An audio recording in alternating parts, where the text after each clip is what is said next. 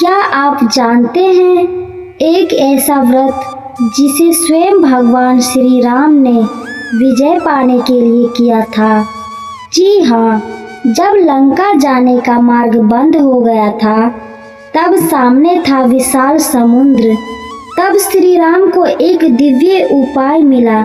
नमस्कार दोस्तों, आप देख रहे हैं मैथिली आंचल और आज हम सुनेंगे विजया एकादशी की पवित्र कथा, जो सिखाती है कि सच्ची भक्ति और विश्वास से असंभव भी संभव हो जाता है। तो वीडियो को अंत तक जरूर देखें, क्योंकि यह कथा आपके जीवन की बाधाएं दूर करने की प्रेरणा दे सकती है। चलिए शुरू करते हैं विजया एकादशी की अद्भुत कहानी।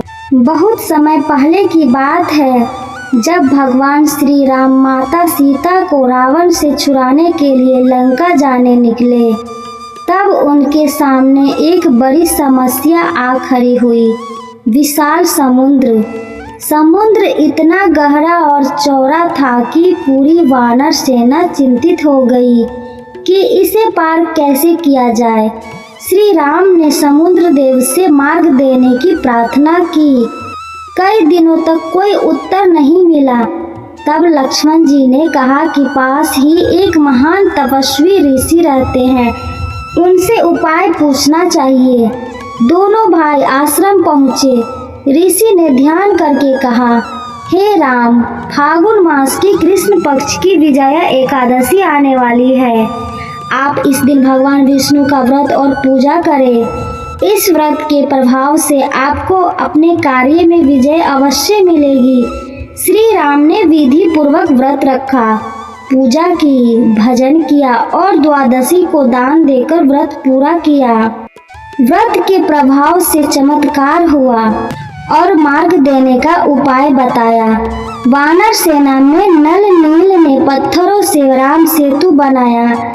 सेना समुद्र पार कर लंका पहुंची और अंत में श्री राम ने रावण विजय प्राप्त की। कहाँ से सीख मिलती है, कठिनाई कितनी भी बड़ी हो, धैर्य और भक्ति से रास्ता मिल जाता है। भगवान पर विश्वास रखने से असंभव भी संभव हो सकता है। यही कारण है कि इसे विजया एकादशी कहा जाता है, यानी विजय दिलाने वाली एकादशी। तो दोस्तों, ये थी विजया एकादशी की पावन कथा, जो हमें सिखाती है कि सच्ची श्रद्धा, धैर्य और भगवान पर विश्वास से हर बाधा पर विजय पाई जा सकती है। अगर आपको यह कथा अच्छी लगी हो तो वीडियो को लाइक करें, अपने परिवार और दोस्तों के साथ शेयर करें, ताकि वे भी इस पवित्र व्रत का महत्व जान सके। ऐसी ही और धार्मिक कथाएं, व्रत कथा और भक्ति वीडियो सुनने के लिए हमारे चैनल को सब्सक्राइब करना बिल्कुल ना भूलें और बेल आइकन जरूर दबाएं। आप सभी पर भगवान विष्णु की कृपा बनी रहे। जय श्री राम, जय श्री हरि। मिलते हैं अगली पावन कथा में।